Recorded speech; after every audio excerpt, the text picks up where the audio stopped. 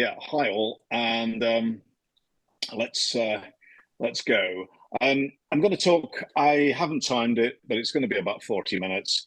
We'll run right through the 40 minutes, and I'll go as fast as I can without sort of getting in any way gibberish, and we'll run through to the end. If you've got questions, stick it on the chat. I'm not going to look at the chat while I'm going, but if you stick things on the chat, then we'll attend to them at the end. If you've got something that you'd like to add to the conversation, that would be brilliant. And again, stick that in the chat. Say, look, I want to say something at the end because I've got a point to make. And we've already discussed the recording business.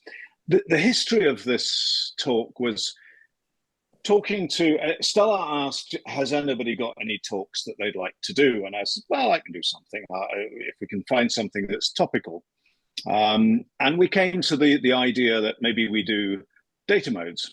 And I just started to tinker again. And I think many of you know that I've been kind of skirting around ham radio for years and sort of was very enthusiastic up till I was about 21, something like that. Dropped away for various reasons. Took it back up again when eldest son got his 2E license, got his intermediate. And again, I suppose when the other two got M3s and Sue got an M3 foundation license, and then sort of let it all drift a bit. Finally, until I came to Scotland and put up a mast and all this kind of stuff. So that's my background. The history of the talk is that Stella and I were talking, what should we do? And I said, well, I'm starting to sort of tinker a bit with data modes and starting to get back into that. I'd had a bit of a play with PSK31 back in, I guess it must be 20 years ago. That's a bit scary. Had a bit of a play with PSK21. And I said, I'll do it. I'll do data modes. And this, bear in mind, this is 9 months ago when she's asking for presentations. So I'm saying, yeah, thinking, well, I've got 9 months, so I must be capable of doing something in 9 months. And I had designs to do moonbounce, Earth, Moon, Earth, and that requires a data mode. And I thought, yeah, I'll do that. That's no problem at all. I've got 9 months. And stuff happens and you don't quite get there. So I've not done moonbounce. So tonight it'll be covered a little bit theoretically, perhaps. But I've done other stuff, certainly from the sporadic E and meteor scatter and that type of thing is fine. So I'm going to, the title was Unscrambling the Alphabet Soup, which is kind of, okay, so it implies there's a bunch of alphabet stuff, and we'll see that in a few minutes. There's a bunch of alphabet stuff that's scrambling, and you'll get this from a lot of the American, the FBI, the CIA, blah, blah, blah, blah, and it's called the alphabet soup. And in the same sense, we've got the data modes, hugely confusing because it's just a bunch of titles, of acronyms. However, it's surprising how fast things fly, and we are now here. And so, as I say, moonbounce didn't quite happen, but other things do. What is it then that we are, says he, what is it then that we're actually talking about? Why are data modes in any way interesting? The answer, I think, is that it is hugely technologically advanced. We have come, and I think the kind of, if you don't know anything about what I'm talking about, you are, if you look on the left there, you're seeing a massive 2-meter array with huge number of Yagis. I don't know what kind of garden the presumably American guy that's got this array has. I've seen one with a couple of cars, in fact, on to support the sides of the array. We lost his desktop. We lost his desktop. Oh, not showing the screen. Okay, that's weird because it means that it's actually dropped off. Thank you, Sue. That's dropped off. So there we are. There you go. Right. We see. Can somebody just give me a thumbs up? Anybody? Yeah, just that's it. Phil. Yeah, thank you. Yeah, we Good. got, yeah. Yeah. Right. As I was saying, don't know whose array this is, but it's probably North American somewhere. And I remember seeing one with literally little cars with the end of the array stuck in the car because it was the only thing that could support it. Huge array to do moonbounce. And now we are talking in equivalent, not quite, but we'll get to that. We're talking about the little thing with the four Yagis in the back garden. And this is literally stuck up against somebody's back fence for moonbounce. So the technological change that data modes have brought is enormous and cannot be understated. You have got on the other side where we thought that ham radio was the bewhiskered fellow on the right talking into a microphone. And now we are translating the whole of the whatever it is, 20-meter band, whatever, and we're presenting it as this waterfall display with all the bright colors. And suddenly there are hundreds of stations all on there, and we've replaced the voice with data. And the issue that brings is, as John Worsnop, G4BAO, put in his letter to the editor in Radcom the other week, whether amateur radio. In other words, what is the future state of amateur radio, given that we have this enormous technological advance? And in fact, we've got a situation where New Zealand is no longer DX, in effect, because if all we want to do is communicate with New Zealand on a data mode, it's moved from, let's be, I'm making numbers up here, 1% of time or less, it's now 50% of time, because we have moved technologically dramatically.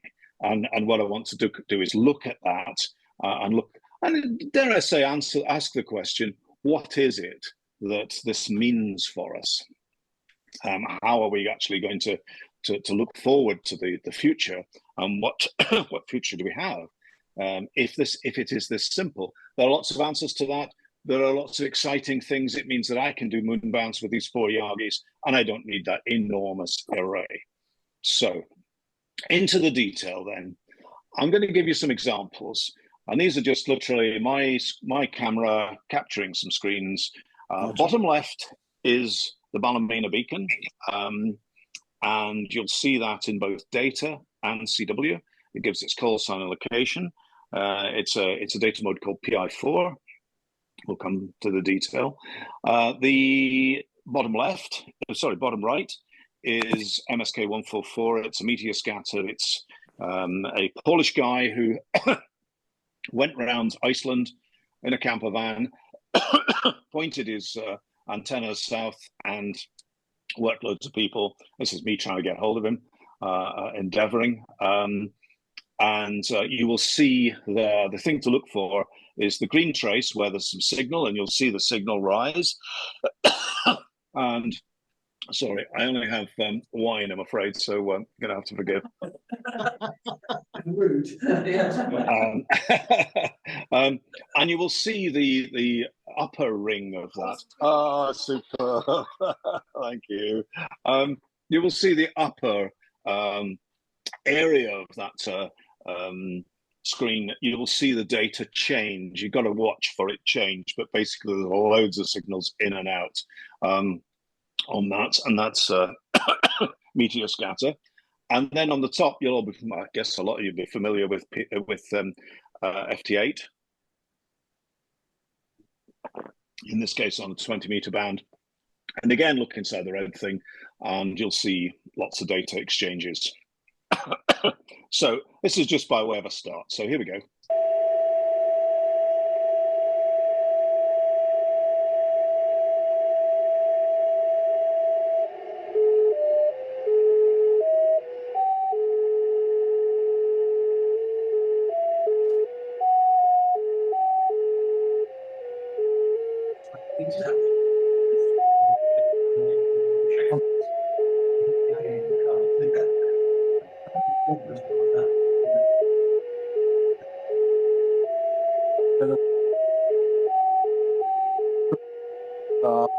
And change to what you want.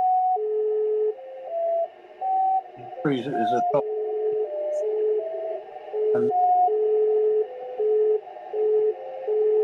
And you run.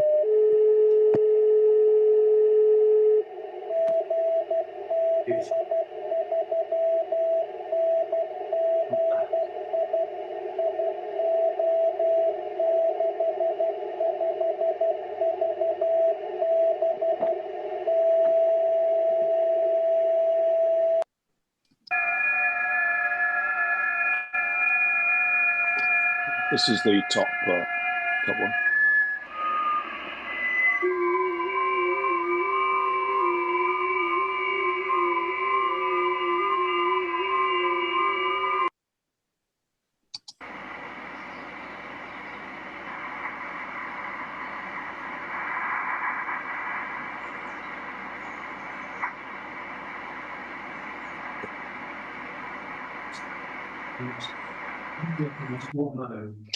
You got to watch it to see it. We'll have a look again, but you'll see the burst of signal with the rise in the green trace and then the blue above it. And if you watched, you would see the data messages change. That's all you needed to see was the data messages change. So there was decoded data messages when there was a signal present. And we'll see that that's in data. We don't need to see the signal. The signal could actually be well below the noise. So just as an example, just as a reminder, guys, if you're not going to say anything, can you mute? Otherwise, your voice comes over when you're talking to folk and colleagues around. Okay, so there's some examples. Why was it called Unscrambling the Alphabet Soup? Well, simply because here's the alphabet soup. And I was just confused, and I still am, I have to say. There was a presentation, I remember some time ago, it might have been at Marl Place, there's a thought, when somebody presented, I don't remember who, presented Thor and Hellschreiber and loads of other these data methods of old, the data modes of old. And I'm going to be talking more about the data methods today. This is a list, and this is just a list captured off of some software. And it shows really where we're at. The number, we've got FT8. What's that called? What's that about? Well, it's called after Frank and Taylor. We'll come to Mr. Taylor in a bit. Frank and Taylor 8-tone, FT8. We've got PSK31, which is the one I mentioned, PSK, phrase of keying, 31 board. JT65, something for EME. Joe Taylor 65-tone. And I suppose, and the Far Cygnus 4, the PI4, the beacon transmission. And I think you've also had, a presentation, if I remember, Phil, from you on Whisper at one point. So there are plenty of them. Here they are. Unscramble them. Make some sense out of this. I certainly found it hugely confusing and certainly not clear at all. There's no sense to it. It's just stuff. And we'll come to that because I've got a little bit of guidance right at the end to try and make sense of it. Make sense of it all. It's historic, a lot of it. Things like RTTY, radio teletype, which is literally something out of line transmission. And it's then ported into radio. People still like it, and it's there. And there are lots of the modern things, which is, I say, FT8. FT8 is probably the most recent developments, and we'll talk more detail about that. So that was why it was called Unscrambling the Alphabet Soup. The fellow that's doing all the work at the moment, or has done all the work, is a fellow called Joe Taylor. Joe Taylor is a physicist. The ARRL gave him the call sign K1JT, Joe Taylor. First of all, he's very clever. That's the first thing, I suppose. He is an acclaimed physicist and a Nobel Prize winner. He's retired a bit ago from university. And as he describes it, he wanted a bit of a project. So he addressed the question of data modes. And he's addressed them as a physicist, from first principles. As he says, sometimes he considers that stuff is already known. And actually, if he was a radio guy, if he was a comms guy, he'd already know a lot of the stuff. But actually, he took it from first principles. And in a sense, that's actually a good way. He has worked, I suppose, tirelessly over the last 20 years and given us quite a lot of stuff. And this is part of the question, of course, of where to now, now that he has done that. The story begins out of a basic need in ham radio to only transmit some extremely simple messages.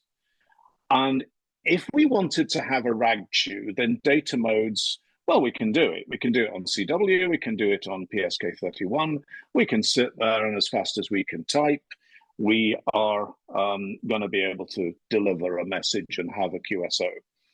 But the essence of what we're talking about with this modern stuff is that there is only a very, very basic message to be sent. And in essence, it is here. CQ for me, my location, and then somebody comes back saying, hey, you, this is me, B, my location. Then station B, this is station A, blah, blah, blah. And we exchange, there is this tradition of not calling it a QSO until you've exchanged a received signal.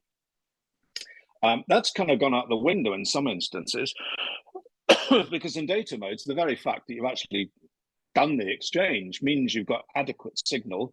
And it's like, 5.9, who gives anything other than a 5.9 on a contest? Everybody's 5.9, even though they're 5.3 or even 4.3. It's a 5.9. Everybody's 5.9, 5.9216, 5.9217. Everybody's 5.9. So what's the point in some senses? So that's even been recognized inside the data mode, where you can actually abbreviate the received signal level, or the report, if you like. So we have a very basic set of information that needs to be transmitted and received. You can instantly start to say, well, if there's only a very basic set of information to be exchanged, then that simplifies things. And that is the essence, I think, of the modern data mode. We don't need much, and it doesn't have simple, which allows us to think, well, if we're only looking for a call sign, and here we're looking at those CW operators and serious voice operators, you're sitting there listening, and you're listening for a call sign. That's all you're listening for. You're not listening for the fact that they're in, I don't know, Uzbekistan or something. Nobody cares. It's just you're looking for that call sign. And it's a small set of data. That's what it looks like. CQ, call sign locator, call sign locator, call sign report 1, call sign report 2, call sign all received, call sign by. And that is the essence now. Now, that is what data modes, modern data modes, is about. We are not sending plain language. We are not sending, if we wanted to send a bunch of A's, we're not sending a bunch of A's. We're sending a how are you today, or where are you? Nobody cares. It's this basic message. And that's the essence of these data messages. And that's very, very important when it comes to looking at the sort of thresholds that and the massive change that data modes has given. The other basic concept here is encoding. And this is one, if you get into this and you read some of Joe Taylor's stuff, it kind of blows your mind. I think I did it, I vaguely remember, and it's going back, I did it perhaps something like 50 years ago, in the early days of coding. And I didn't understand it then, and I don't understand it now, all of it. I get the basic concept that you can have a human readable message. And I think many people nowadays, when you're talking about imagery, if you want to send a white pixel, let's say, over some transmission medium, you send white, fine. But if the next 30 pixels are to be white, you don't go white, 30. You go white, and by the way, the next 30 pixels are white, are the same. So you only have a very small amount of information to send, and yet you've covered 30 pixels. And it's the same concept. The human readable message is what is called source encoded. And as a result, it's compressed. So these human readable messages are dramatically compressed to give a very small number of information bits that are to be transmitted. We'll deal with that a little bit more as well. So there's the concept of encoding, source encoding, which really dramatically reduces what is actually to be sent. There's also the idea now, and we're going to come to this communications channel a bit because it's actually quite important. We are squeezing stuff down a communications channel. Our cell phones, we get used to sending a nice picture. We put that down a communications channel. It's quite a wide communications channel. And here we are, we've got an SSB channel, 2.5 kilohertz in width, and we are going to squeeze some data down that. And actually, we're going to squeeze it down a lot less, a lot narrower channel than that. But the essence is that we've got a very finite channel to deal with. And therefore, our coding that we use and our transmission, our data, the way we format the data, the way we send the data, must be cognizant of that communications channel. If that communications channel is going to fade, QSB, that's going to fade, we must be aware of that. If it's going to only be available for a very short time, we must be aware of that and build that into these data modes. To give you, some of you will recognize this image off of my the Aurora presentation, but it actually serves a purpose. What's important in all of this is a thing called signal-to-noise ratio. And we have a signal-to-noise ratio in a particular bandwidth, BW, for required intelligibility. And typically, we'll come to this a bit more, 10 decibels. So the signal has to be 10 times the noise. We have to have a pretty healthy signal compared to the surrounding noise in order to get the communication over, the intelligibility. And if we, in voice, and we'll see a bit of voice in a minute, if the voice degrades and we have to reduce down to near the noise, in voice, we start to lose. We start to have to listen pretty hard. These modern data modes, we can actually cope with the signal well below the noise. So if you actually have the channel and you listen to it in a conventional detector of some sort, all you'll hear is noise. There's nothing there. All you hear is noise. You might hear a little increase in the noise when the symbol appears. And that's actually a technique that's used in decoding data modes where just the presence of that is enough. It's almost like a little scrape and just a little bit of excess noise. But anyway, signal to noise becomes very important. We'll deal with that in quite a bit of detail.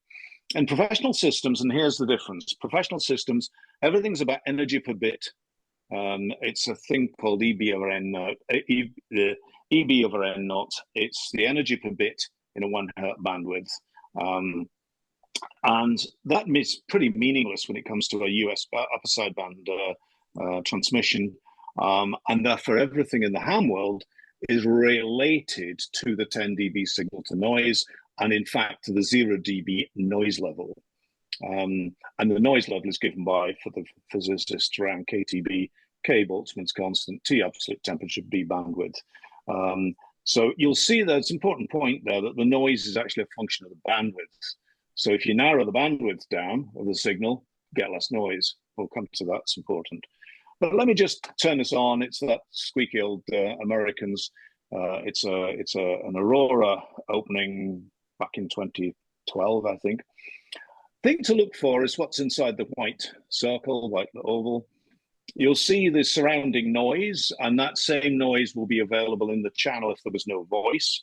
And you'll just see the peak of the voice acting. And the observant ones will see that there is a Doppler shift on it. It varies a bit, but there's actually the peak in the voices is shifted. But that's something that causes a communications channel quite a problem. But let's see what we can do. Oh, no. There we go. 5 and 8, Aurora. 5 and 8, Aurora. 5 032. Call is Kilo Charlie 2 Whiskey Lima Radio. Over. Yeah. So you'll see there that little burst of noise, burst of speech. So you'll see the power density of the speech and then the surrounding noise. And of course, the noise is underneath that. That was quite good. That's a pretty good 10 dB signal to noise, maybe even more. Distorted, of course, because it's distorted by the aurora. QSO, nice to see. No. I have to do the two-step, don't I, Alan, that we developed. We have to go there. Right, so that's us seeing the 2.5 kilohertz SSB channel with the voice occupying the whole of that SSB channel. Now we come to one of the basic concepts of data, which is a channel within a channel. We can accommodate, as a result of modern digital signal processing, we can exploit the idea that we can filter down the channel down very, very narrowly to hertz. JT65, the tone frequency bandwidth is 2.7 hertz, not 2.7 kilohertz. It's inside a 2.5 kilohertz channel, which is your normal SSB channel. That SSB channel at 2.5 kilohertz comes out of the old telephony. 300 hertz to 3 kilohertz is a speech channel that went over BT lines. That is your normal channel. In the SSB or the ham and SSB world, it's actually 2.5 kilohertz. But you've now got the ability, as a result of software, you can filter right down. That means that you can effectively have a channel of any width. You can have a channel that is a few hertz wide. And of course, as you see from FT8, the computer can simultaneously, real-time, decode. It simply looks across the channel, converts the whole of the frequency across the channel into time, and allows us to decode the whole lot and present it on screen.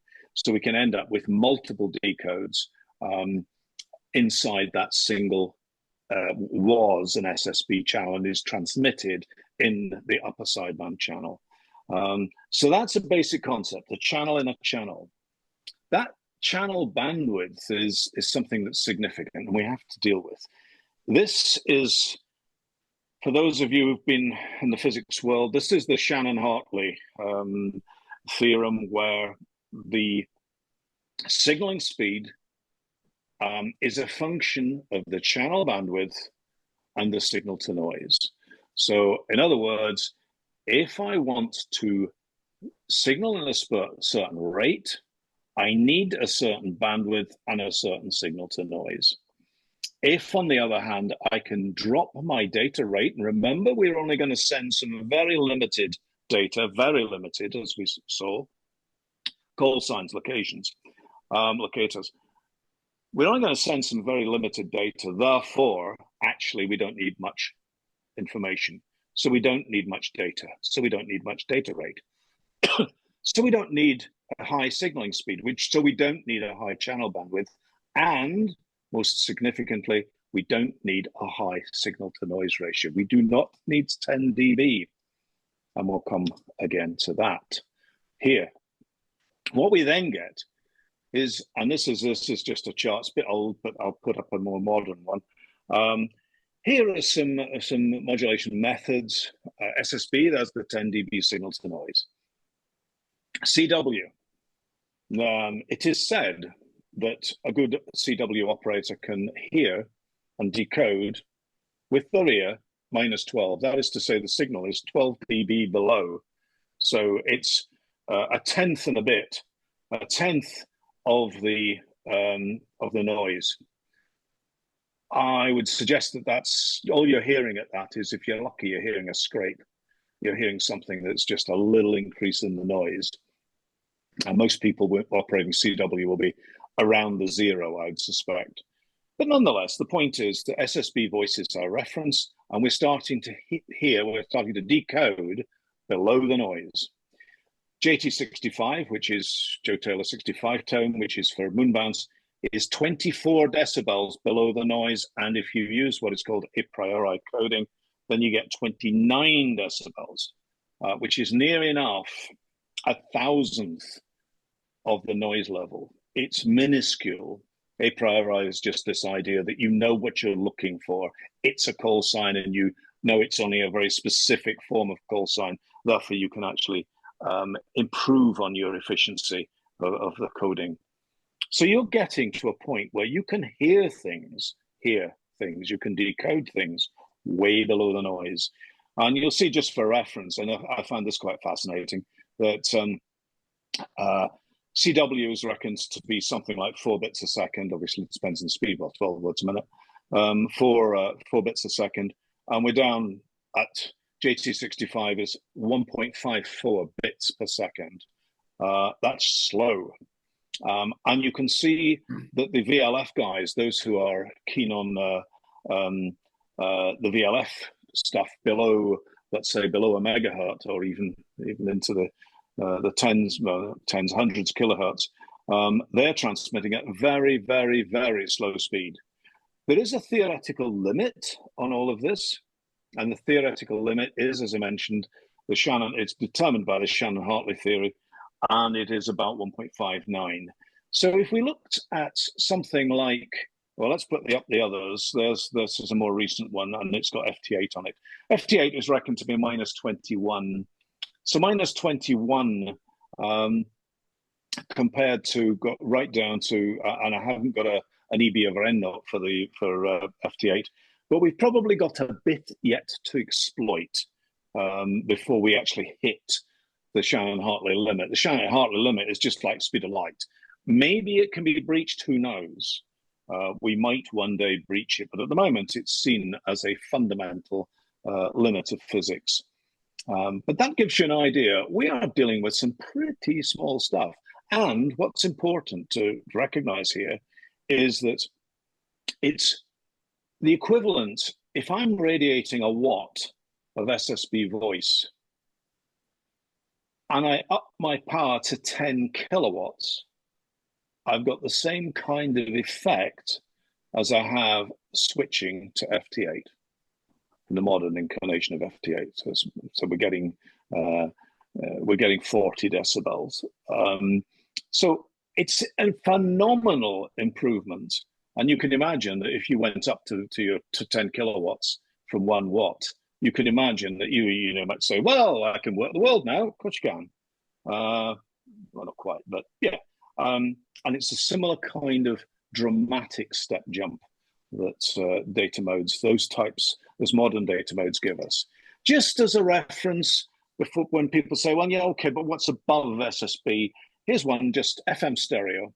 FM stereo is something like 40 dB signal to noise. Imagine you are listening to the evening concert and you want to listen to that. How much noise in that signal would you be prepared to tolerate? And the answer is not a lot. And the answer is, of course, 40 dB.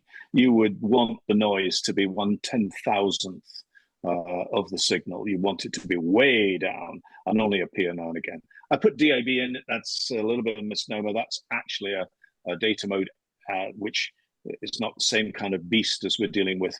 And we would tend to deal with that in EB over N naught, but it's probably something like plus 20. So the professional stuff is plus big numbers, and the ham stuff is small and very small numbers. So why? Why is this the case?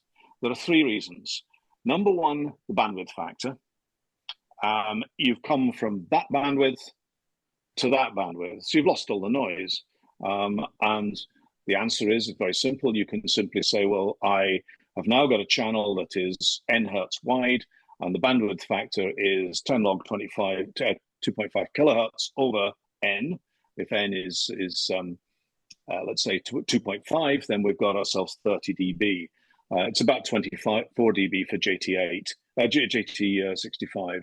So we got the bandwidth factor, which is massive. All we're doing is filtering right down, dispensing with the noise, but then we only want a small amount of signal in that band, and it gives us a massive improvement. Coding factor, talked a little bit about coding. The big thing about coding is there are only a small number of code words.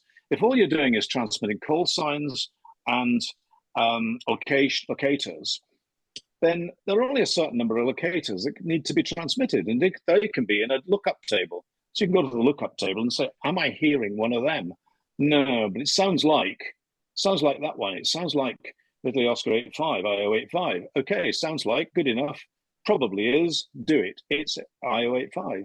There are only a small number of possible code words, easily differentiated from noise. Therefore, that gives you gain. And the gain typically is somewhere between 2 and 8 decibels. So we add the 8 decibels for that, if you get it, to 24 for the JT65, you've got yourself 32 dB. That's more than 1,000-fold improvement. And then there's computer power. We all understand computers giving us increased power. We can actually half hear something, hear it again, average it, and present it as if we know that that is the truth. So computer power actually gives us more decibels. The result is signals really recoverable way below the noise. Critical issues here. Now, the important thing, all of that would be for nothing. We had teletype, RTTY. RTTY is not optimized, I don't think, somebody might correct me, it's not optimized for any particular propagation path. It came out of line transmission, and it's just basically 2 tones battering away. There's no optimization particularly. In the modern incarnation of the data modes, we have a consideration of the path, the propagation path over which the thing is being transmitted. In this case here, for example, MSK144, optimized for meteor scatter, recognizes that a meteor ionization only occurs for 100 milliseconds. You've only got 100 milliseconds, less than 100 milliseconds to get the communication over. If you don't get the communication over like that, you fail. So if you try and hit it with FT8 with its slow warble, forget it. It's all over and done with. The communications path has disappeared. You've got to optimize the different modes for the communications path. And this is something that Joe Taylor and others have done and done well. You've also got multipath. Multipath is this idea that you fall down in big, it creates a scenario where you fall down in huge fades as things move, particularly relevant in mobile communications, but also relevant in moonbounce, because the moon, as it moves, it creates the same kind of scenario as we have if you're moving through a town. You get the same notion of fading. And JT65 will come to the detail of what it is, but that is specifically designed that it'll accommodate really so-called Rayleigh fading. And then we saw a Doppler shift on the bit of Aurora thing, and JT65 and its later incarnation Q65 has a sync tone. So as long as you can identify the sync tone, the fact that the synchronization tone is moved a wee bit as a result of Doppler doesn't matter. As long as it can identify that that is the sync tone, then it can sync up to that, even if it's, let's say, 1500 hertz. The fact that it's no longer 1270.5, it can sync to it. So into 3, and I'll just run through these 3 as examples. It would be lovely to handle more, and I think, as I remember, somebody did a presentation that did handle more. Here we have JT65, a bit old now, Joe Taylor 65 tone, good old Joe. It's intended for moonbounce. It has the sync tone. It sends, as we'll see there, 70, just going down the left, 72 bits of information. Now, 72 bits is enough to send call sign report, call sign, all received. That's enough to send that type of message. No more, that's all. And the important thing about JT65 is that there's 306 bits, 72 covers the call sign bit, the bit that the user information that we want to send, and there's 306 redundancy bits. The point there is that this is built to be robust. You can imagine that you say, well, you're going to send 306 bits. Why don't we just send the 72 4 times? It's actually more clever than that. It's actually we don't have to send it 4 times before we get something, and I don't know what the figure is, but we, let's say, get 15 or 20 times the benefit in the redundancy. So this is laden with redundancy, and we'll see others are less so. The receiver threshold here is negative 24. You know, these signal to noise levels. Receiver threshold, negative 24 below the noise. So it's a very capable data mode. And here's the example. Here's what it sounds like if you transmit it.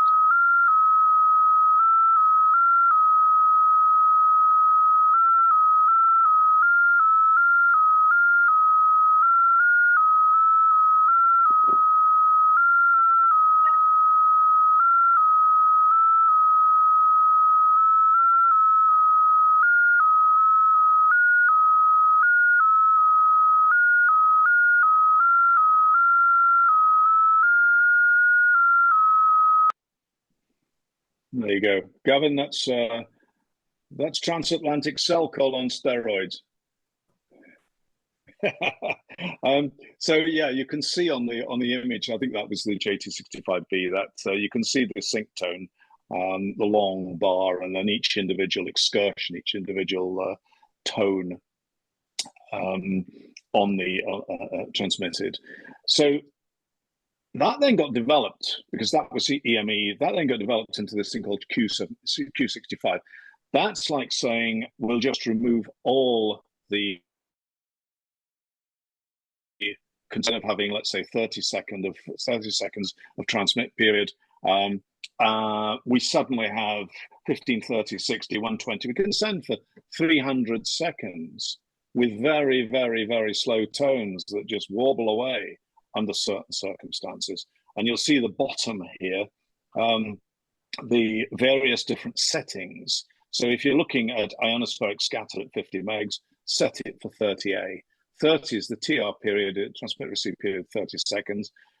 A, which is tone widths of 217 hertz, etc., etc. And if we look at that on the second middle table, we'll see there that the signal to noise ratio, minus 24.8, minus 25, somewhere around that, minus 25 dB below the noise, very, very sensitive.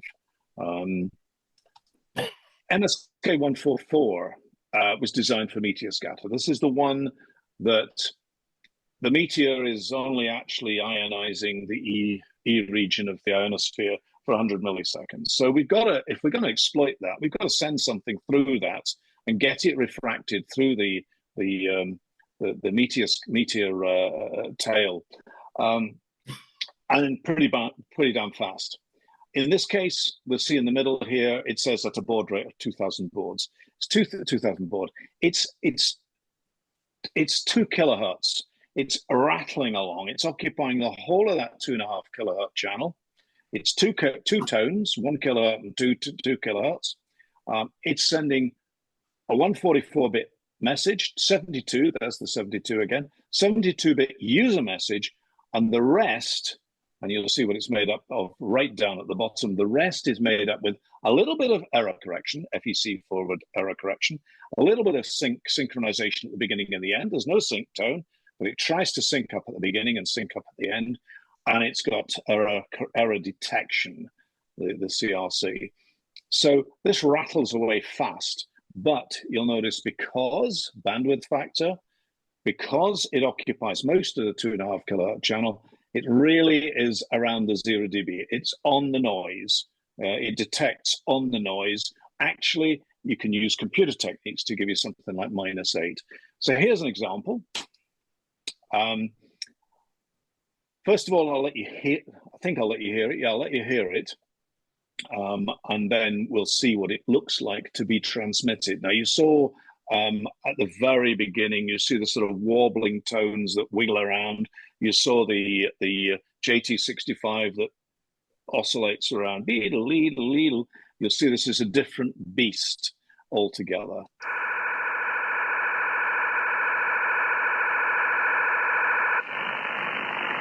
That's just noise, and we'll see the noise.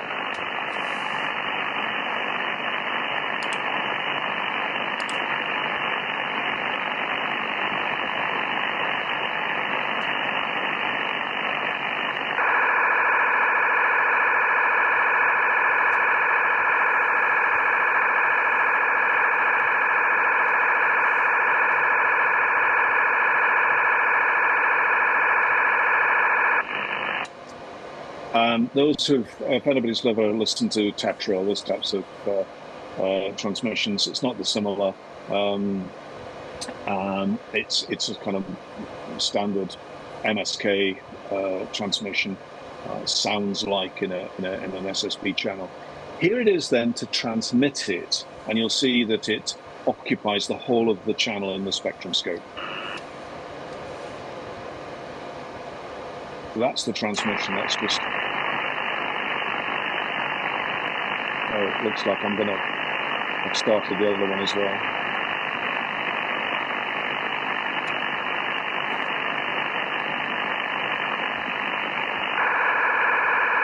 Yeah, okay, started the audio as well.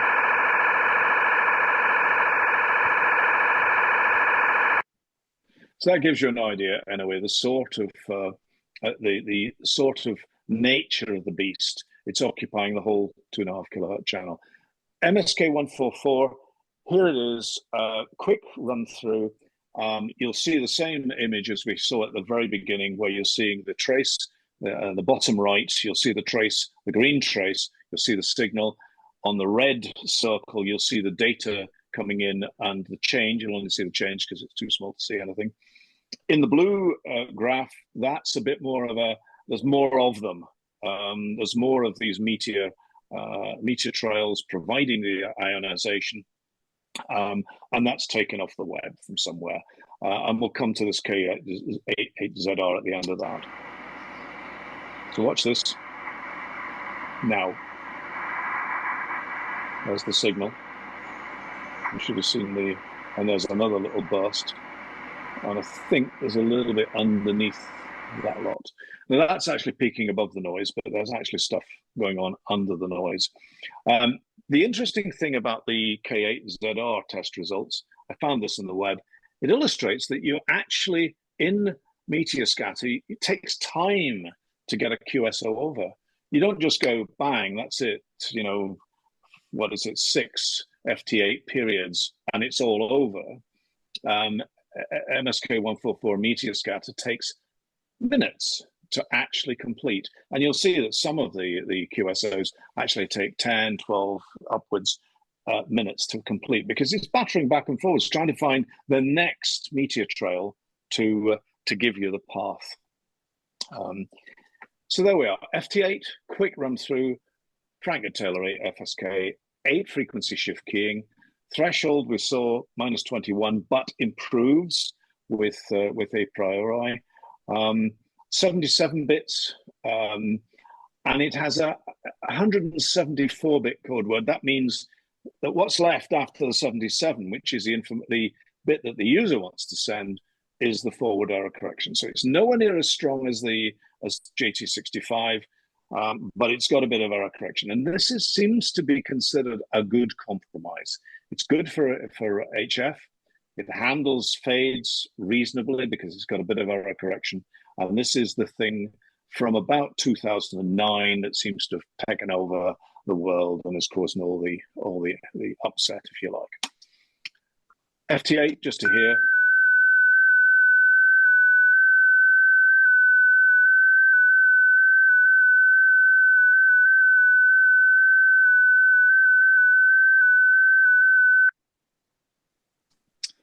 And those who've done FT8 will be familiar with this. You've got the spectrum scope showing all the occupancy of the 2.5 kilohertz channel, and then the WSJT or whatever decoder you've got on the top right, and you'll see all the data messages coming in.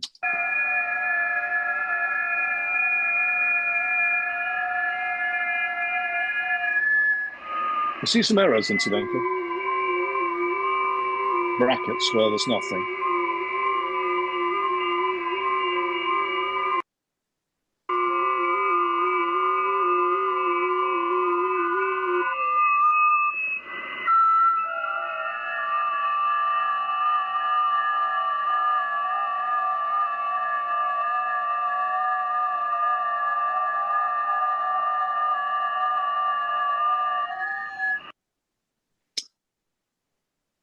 Okay, so that ends just a quick look at the 3.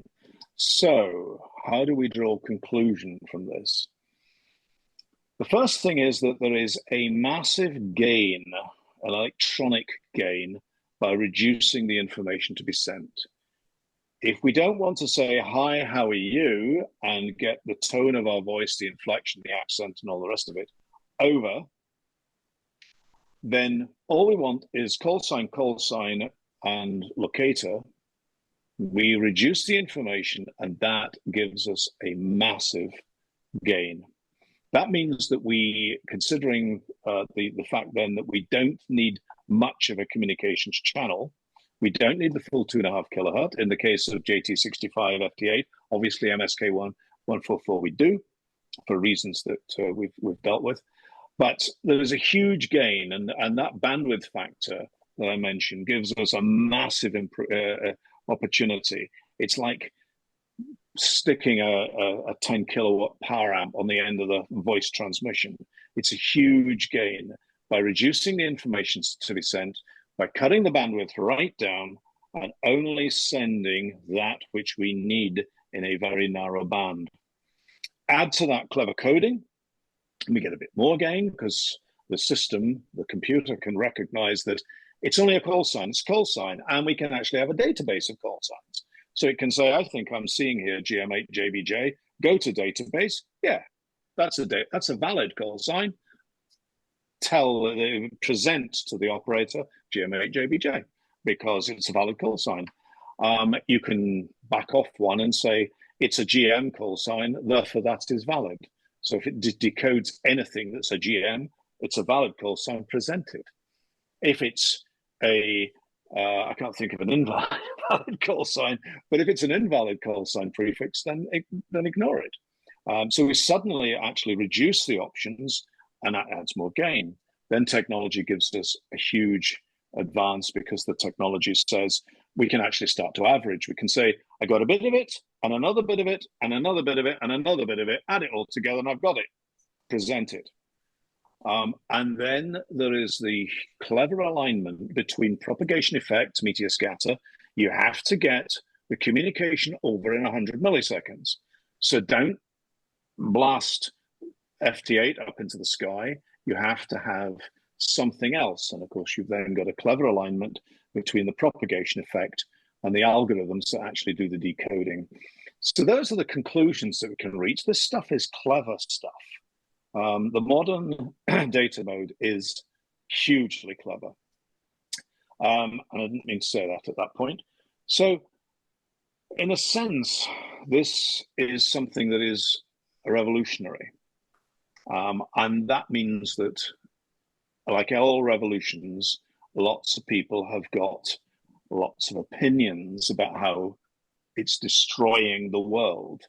Whether it is or not, it depends on your view. Just to finish off on the slide that I showed, how do you get in any way your head around this? I found one of the greatest things was actually to use PSK Reporter. pskreporter.info actually shows who's on, what frequency they're on, which immediately, one of the big things I found was hugely confusing, is the information of frequencies. I mean here by that, the dial frequency on your radio. The frequency that people are on is, the world is full of misinformation, wrong information, error, and just rubbish. One of the greatest ways is to use PSK Reporter, and you'll see here 6 meters, who's on FT8 and 6 meters. Let's have a look. Here's the Faroe Islands. He's on 50.315. Actually, no, he's not. He's on a dial frequency of 50.313. And he's on a subcarrier, a sub-channel of 2 kilohertz. So remember the idea of channel within a channel. He's on a channel within that channel, and it actually reports on here a sub-channel. But this shows you the channels, the frequencies that people are listening on. And to be honest, if they're not listening on it, there's no point you sending. So really, PSK Reporter is quite valuable. And the other one is to try and understand what's going on. The spot, the DX spots. This one is DX Robot. It just happens to show a bunch of FT8 in the middle there. And it shows stations on, and you get a presentation in the DX maps. which is worthwhile having, which is the activity at the time. I found that to be hugely helpful to actually trying to get my head around what the hell was going on, who was on what frequencies, on what bands, and on what systems, because, or on what modes, because there's a huge amount of poor information. The RSGB website is poor in this regard. And I would say in this, go to the source. So if you're interested in MSK 144, go to Joe Taylor's paper on it and read that. And if you can't understand what he's talking about, skip the bits you can't understand and read between the lines, which is what I do to try and understand. So that's how I kind of try and make some kind of sense of it all. So did I unscramble the alphabet soup? No, absolutely not. I focused on some modern stuff. The critical thing, and here's my thought for the evening, it's not about data modes. It's not about these MSK 144, FT8, FT4, FT9. It's not about those. It's about what would I like to explore in ham radio? What would I like to look at? I'd like to look at meteor scatter, right? So get a piece of paper and write out what you need in order to do meteor scatter. Do the research. Oh, I need a data mode to help me. And where is everybody at the moment? They're all on MSK 144 first thing in the morning. Right. Now that will help me do meteor scatter. So it's the wrong, you don't think about the data mode, you think about what you would like to do in terms of objective, ham radio objective, hobby objective, and then see what data modes you've got. And I just make a sort of throwaway comment. There's so much wrong on the internet. Try and go to the originators, try and get the good quality stuff. So that brings us to the end. Data modes. The critical thing, and here is John Worsnop, G4 BAO, asked the question, whether amateur radio. Data modes have given us an enormous technological step jump. We don't have to have that thing in the back garden with whatever it is, 32 or whatever, stacked and bayed Yagis on some enormous drive system. We can get away with less because we have that huge gain that comes from the bandwidth, from the coding, and from the computerization. We can get away with something much less. However, whether we like the notion that it has taken us from the bewhiskered fellow in the top right and has now presented the hobby as a bunch of colored dots and a bunch of decoded data messages, and you know, maybe cynically you could say, well, it won't be long before everybody's worked everybody surely on the HF bands with data modes. At what point then? What happens after that? Where do we go after data modes? And if DX is defined as rare, and suddenly rare is no longer rare because data modes enables it to be much more frequent, then what is the new rare? How do you go forward with a new rare? Is new rare where you go to 10 gigs, or some people are doing 172 gigs? What is rare? Where does the hobby go? It's a big issue. It's a big question. It's a fascinating question. Where does it all go? I've tried to give you a little bit of a,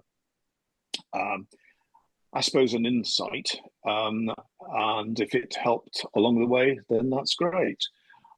So there we go. Unscrambling the alphabet soup.